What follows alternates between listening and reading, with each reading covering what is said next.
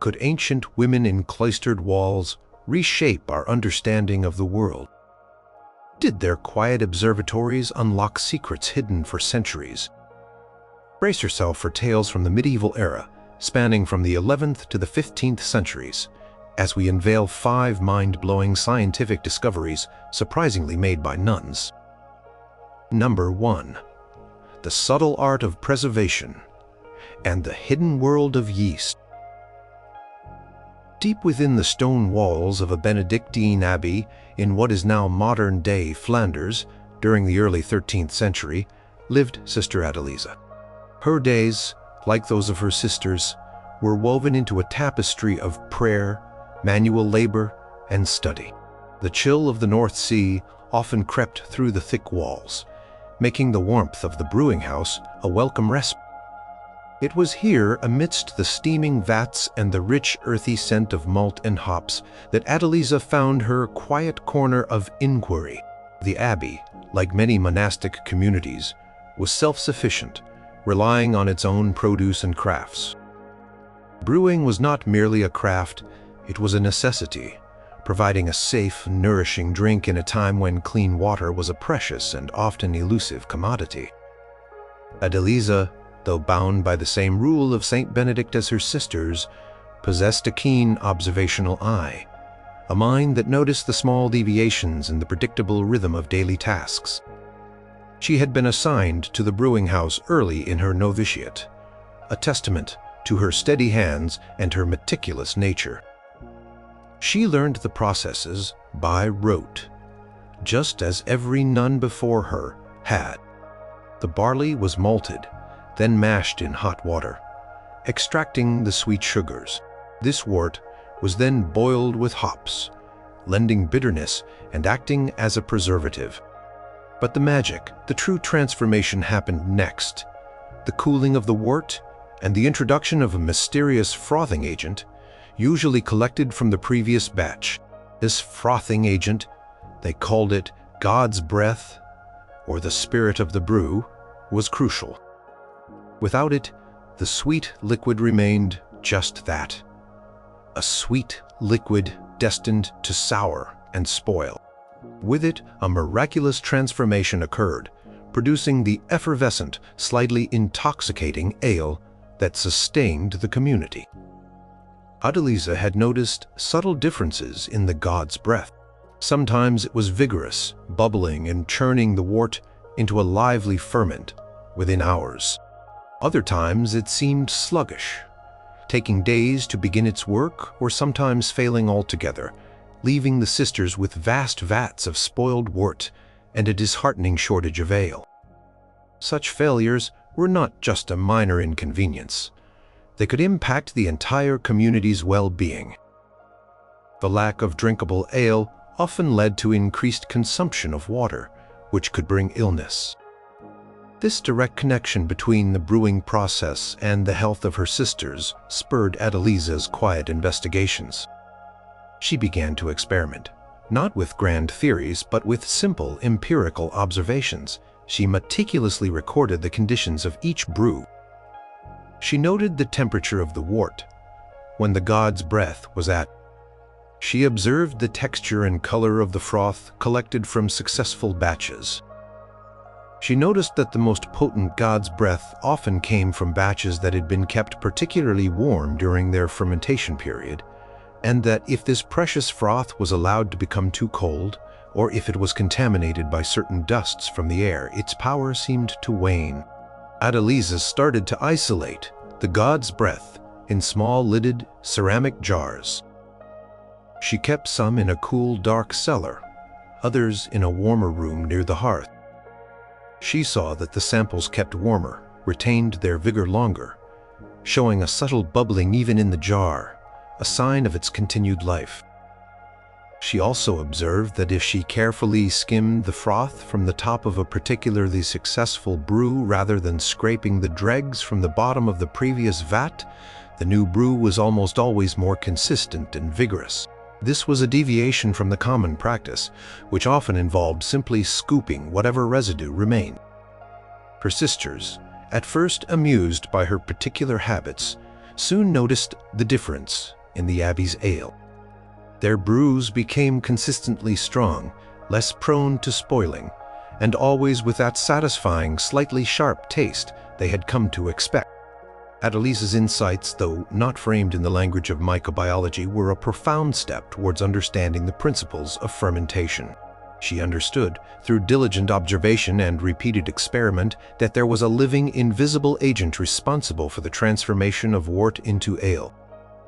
She learned how to cultivate this agent, how to preserve its vitality, and how to select the most robust strains for propagation.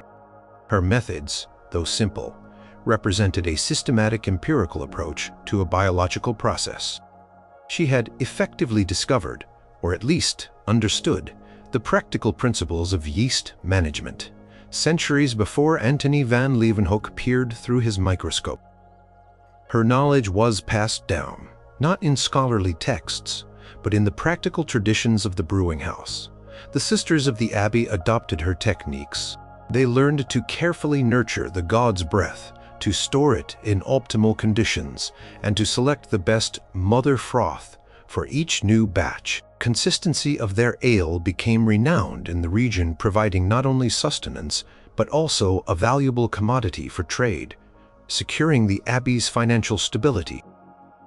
Adeliza, in her quiet corner, had not merely improved a daily chore.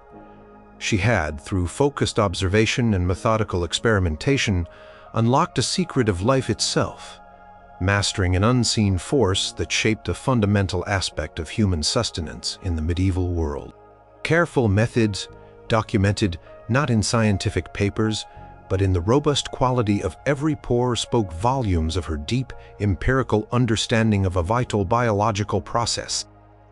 The abbey's continued prosperity, fueled by its perfectly brewed ale, was a testament to Sister Adeliza's groundbreaking, if unsung, contributions to the science of preservation. Number 2. The art of the herbarium and the systematic study of botanicals. In the Benedictine Abbey of Rupertsberg, nestled amidst the rolling hills of what is now Germany, lived Hildegard of Bingen, a figure of immense intellectual energy during the 12th century. Her life from 1098 to 1179 was one of extraordinary devotion, artistic expression, and profound intellectual curiosity. While she is widely recognized for her theological works, visionary experiences, and musical compositions, her contributions to natural philosophy and medicine often go unnoticed in the broader narrative of scientific discovery. Hildegard, however, approached the natural world with a remarkably systematic and observational eye, a practice that set her apart. The monastic garden was not merely a source of food. It was an outdoor laboratory, a living library of nature. Hildegard, as abbess, oversaw the daily life of her community, which included the cultivation of herbs for both culinary and medicinal purposes. It was in this setting that her practical inquiries into the properties of plants truly flourished. She was not content with inherited lore alone.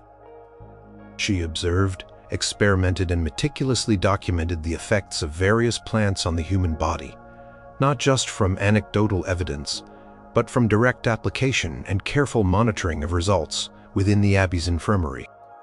Her two major medical and natural history works, Physica and Causae et Curae, stand as monumental testaments to her empirical approach. These texts are far more than simple compilations of folk remedies.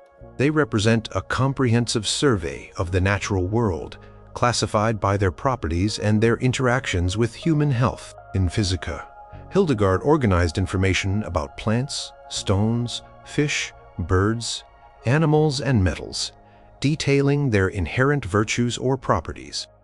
For plants, she described their physical characteristics, their leaves, flowers, roots, and where they grew best.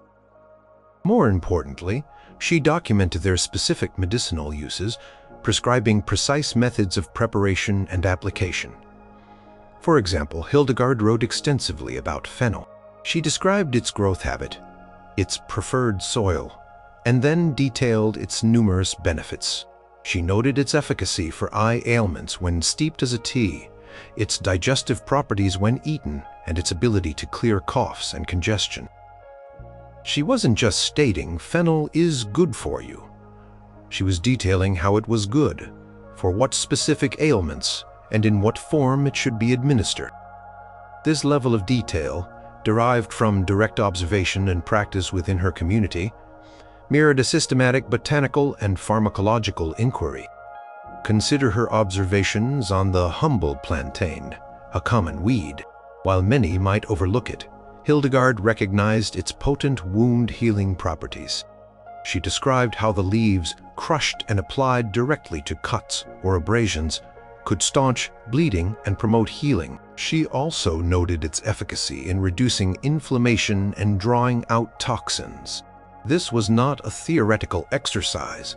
It was practical knowledge gained through repeated application in the abbey infirmary, where sisters and local villagers sought healing. The infirmary served as a constant testing ground for her botanical remedies. Hildegard's approach was holistic, viewing the human body and the natural world as interconnected. She understood that the environment played a crucial role in health. She wrote about the importance of clean water, fresh air, and proper diet, predating modern epidemiology by centuries. Her writings on specific remedies were often accompanied by advice on lifestyle and spiritual well-being, demonstrating an integrated understanding of health that transcended mere symptomatic treatment. What sets Hildegard apart is not just her knowledge, but her systematic effort to categorize and record it. Her texts, while infused with her spiritual insights, contain precise descriptions that allowed others to identify the plants and replicate her remedies. She effectively created a proto-herbarium in written form, meticulously documenting the properties of hundreds of plants. This detailed botanical classification, based on observation and therapeutic effect, represented a significant step beyond simple traditional medicine. She sought to understand the why behind the what, even if her explanations were often couched in the language of divine creation and cosmic forces. Her work on plants, stones, and other natural elements provided a foundation for understanding the natural world as a source of healing, but it was rooted in empirical observation. She spent countless hours in the monastic garden, bending over plants, observing their growth cycles, their resilience, their reactions to different seasons, and their physical attributes. She commissioned illustrators to depict these plants, ensuring that the visual record accompanied her written descriptions, aiding in identification. These visual aids, though often stylized, served a functional purpose, similar to modern botanical illustrations.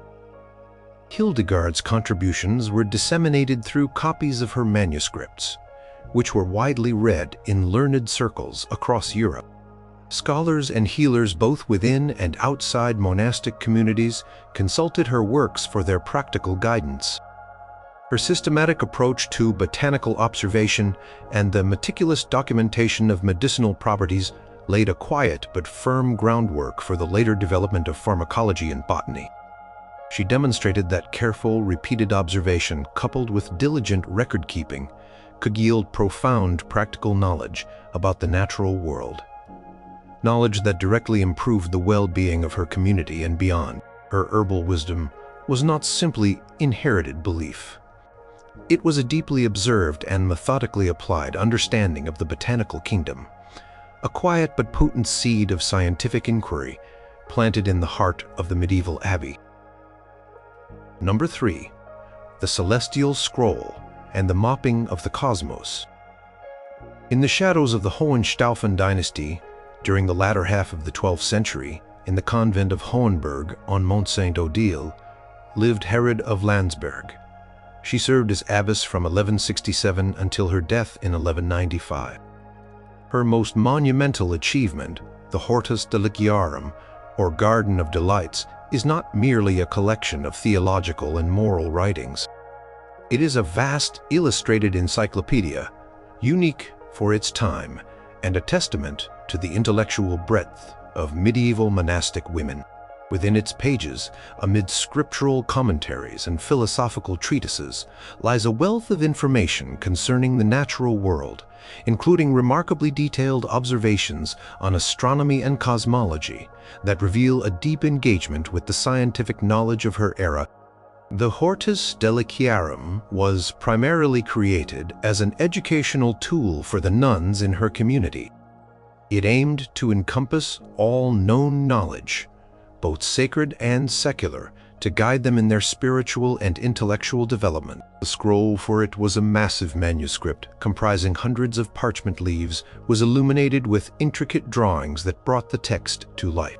It is within these illustrations and accompanying texts that Herod's engagement with celestial mechanics and the structure of the cosmos becomes evident. While Herod did not propose new astronomical theories in the modern sense, her work represents a monumental effort to synthesize, preserve, and illustrate the existing astronomical knowledge of her time. She presented the Ptolemaic, geocentric model of the universe, which was the prevailing understanding. However, the level of detail and clarity in her depictions of the celestial spheres, the planets, the zodiac constellations, and the cycles of the moon and sun stands as a testament to meticulous observation and diligent study of available texts.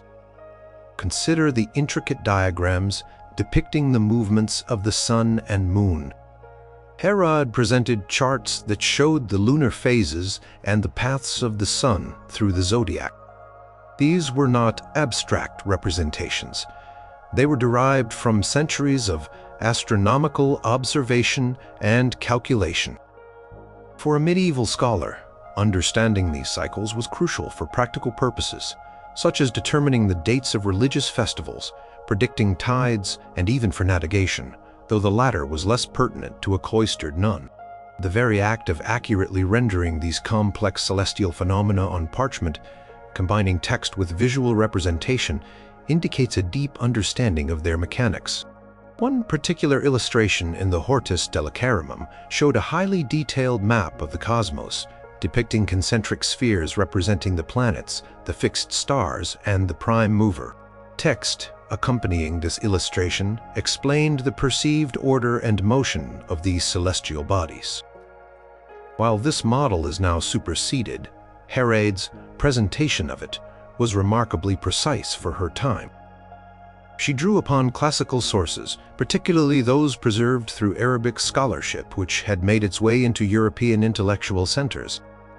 Her ability to comprehend, synthesize, and visually communicate such complex astronomical information for an educational purpose was a significant achievement. It required not just rote copying, but a thorough grasp of the principles. Furthermore, Herod's work included descriptions of astronomical instruments, such as the astrolabe, a complex tool used for measuring the positions of celestial bodies. While it is unlikely that the nuns of Hohenberg regularly used such instruments for cutting-edge discovery, the inclusion of such detailed information within their educational encyclopedion indicates that astronomical observation. It cultivated an awareness of the precision and predictability of the cosmos, encouraging a mindset of careful observation and mathematical understanding. The Hortus Deliciarum also touched upon meteorology, linking celestial phenomena to terrestrial events. Although these connections were often intertwined with astrological beliefs, they were nonetheless observations about the patterns of weather and climate. Herod's work encouraged her sisters to observe the heavens, to note the changing positions of the stars and planets, and to understand the rhythm of the cosmos. This continuous systematic observation, even if framed within a theological context, formed the bedrock of early scientific inquiry. The tragic destruction of the original Hortus Deliciarum during the Franco-Prussian War in 1870 is one of the great losses to medieval scholarship.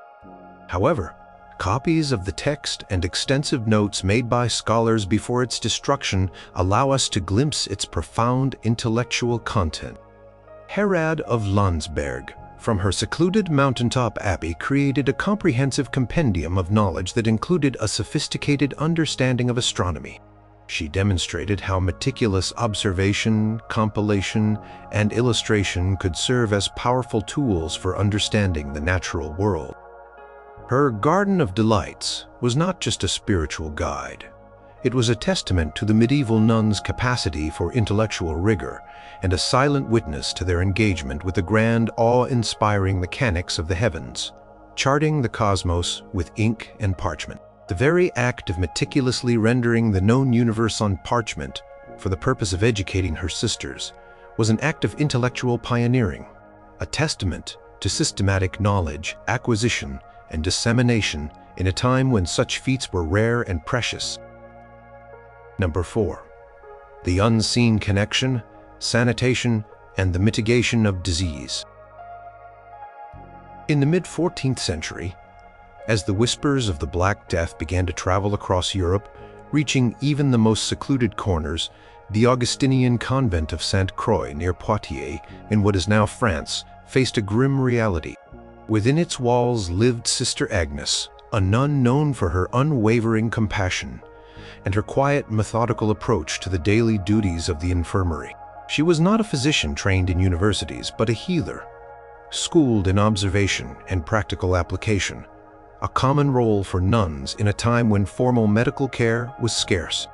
It was in the face of widespread illness, an unseen foe, that Agnes began to notice patterns connecting the seemingly unrelated elements of monastic life to the health of her community. Convent, like many settlements of its era, was not built with modern sanitation in mind.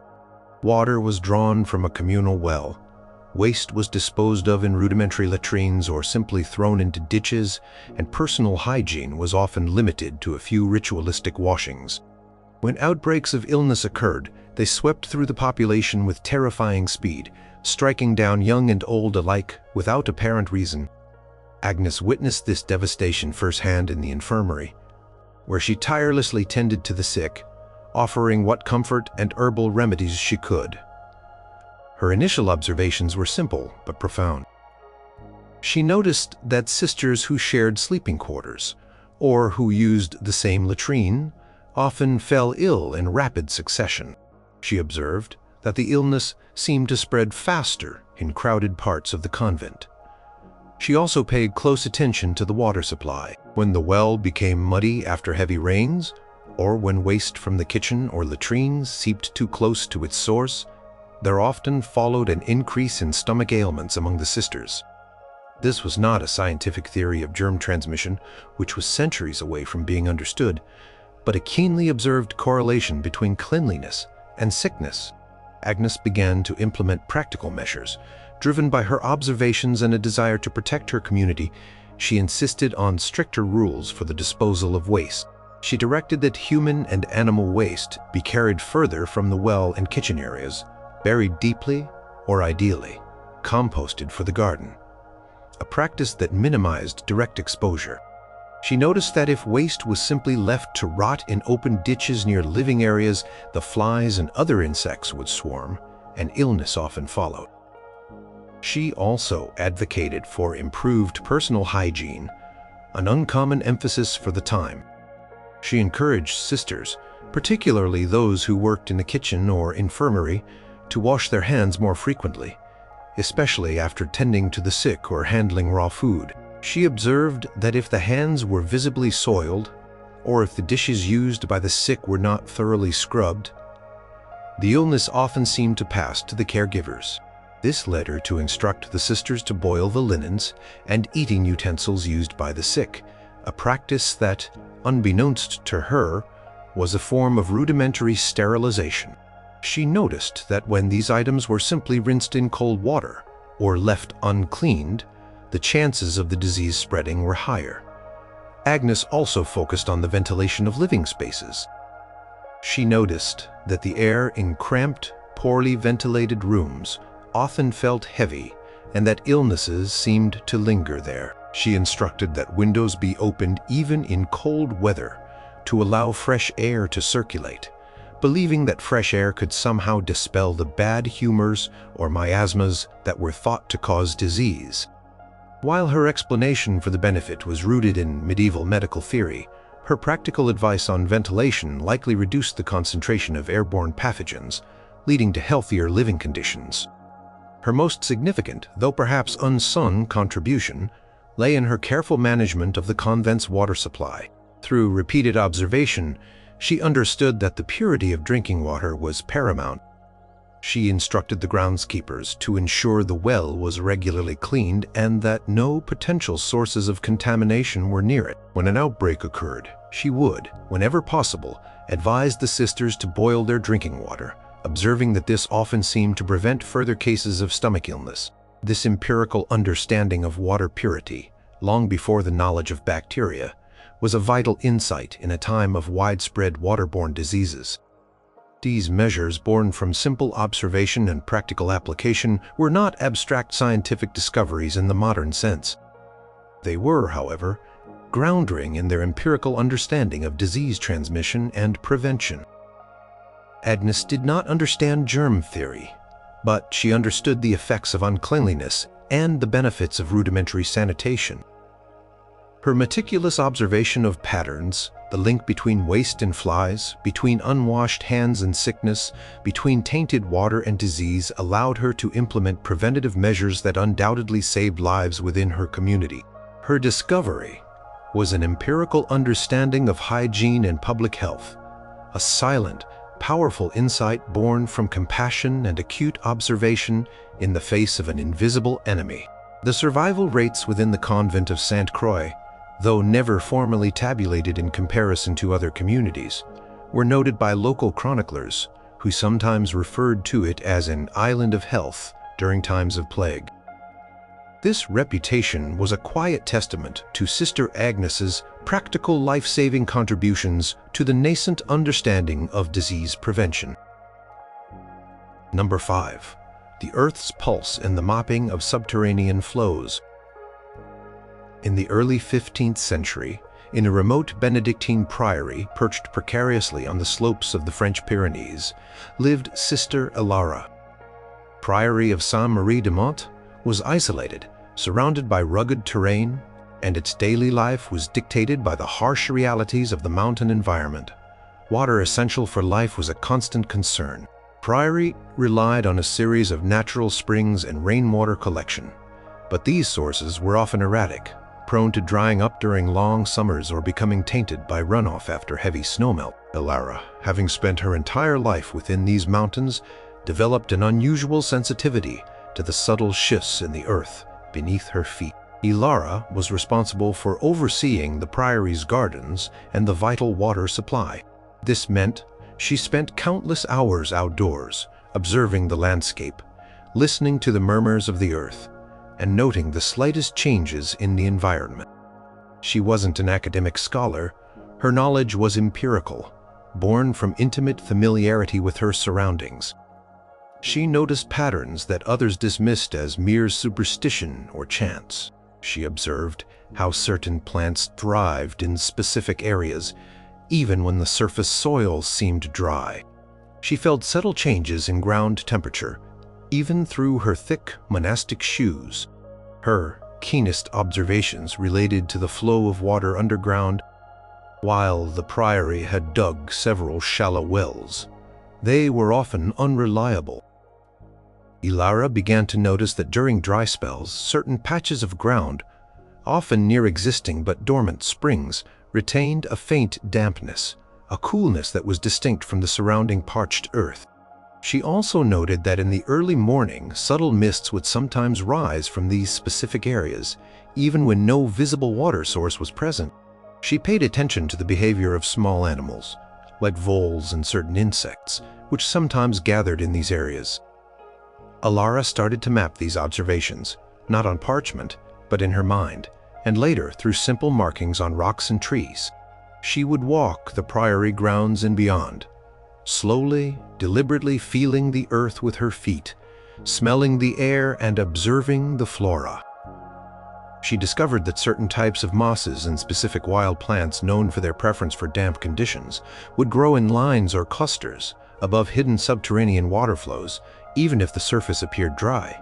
She learned to distinguish these subtle botanical clues. Her most remarkable discovery was an empirical understanding of hydrostatic pressure and subterranean water channels. She noticed that the most reliable sources of water were not always where one might expect them on the surface. Instead, she began to understand that water often traveled underground through specific geological formations, emerging at points of least resistance or where rock layers created natural conduits. She observed that if a spring dried up, often a new, weaker spring would emerge further down the slope, suggesting a continuous, albeit hidden, flow. One summer, during a particularly severe drought, the priory's main well ran nearly dry. Panic began to set in. Alara, drawing on her years of silent observation, led the sisters to a seemingly unassuming patch of rocky ground on a lower slope far from their usual water sources. She pointed to a cluster of specific mosses and a slightly cooler patch of earth. She described how, even though no water was visible, she felt the pulse of water beneath. She insisted that they dig there. The sisters, initially skeptical, followed her instructions. After days of strenuous labor, they struck water, not a trickle, but a steady, reliable spring, providing the priory with life-saving sustenance through the drought. Alara's knowledge was not scientific geology in the modern sense. She did not understand aquifers or hydraulic conductivity as abstract concepts. Her understanding was entirely empirical, born from direct repeated observation and an intuitive connection to the landscape. She possessed an unparalleled ability to read the subtle signs of the earth, the specific types of plants, the faint ground dampness, the morning mists, the temperature variations, to locate hidden water sources. She had effectively discovered, through years of silent, meticulous fieldwork, a highly effective method of dowsing or water divining. Based not on magical intuition, but on acute environmental observation, her unique skill became invaluable to the priory. Over her lifetime, she guided them to several new water sources, ensuring the community's survival in the challenging mountain environment. She understood the flow of water, not just as a static resource, but as a dynamic, unseen network beneath the surface, constantly moving and shifting. Her knowledge, though never codified into scientific papers, was passed down through the generations of sisters who served as water tenders, a practical life-sustaining wisdom. Sister Alara, with her patient observations and her deep connection to the earth, had unlocked a secret of the land, demonstrating that profound understanding could emerge from quiet, continuous attention to the subtle rhythms of nature, laying a practical foundation for understanding subterranean hydrology, centuries before formal geology. For understanding subterranean hydrology,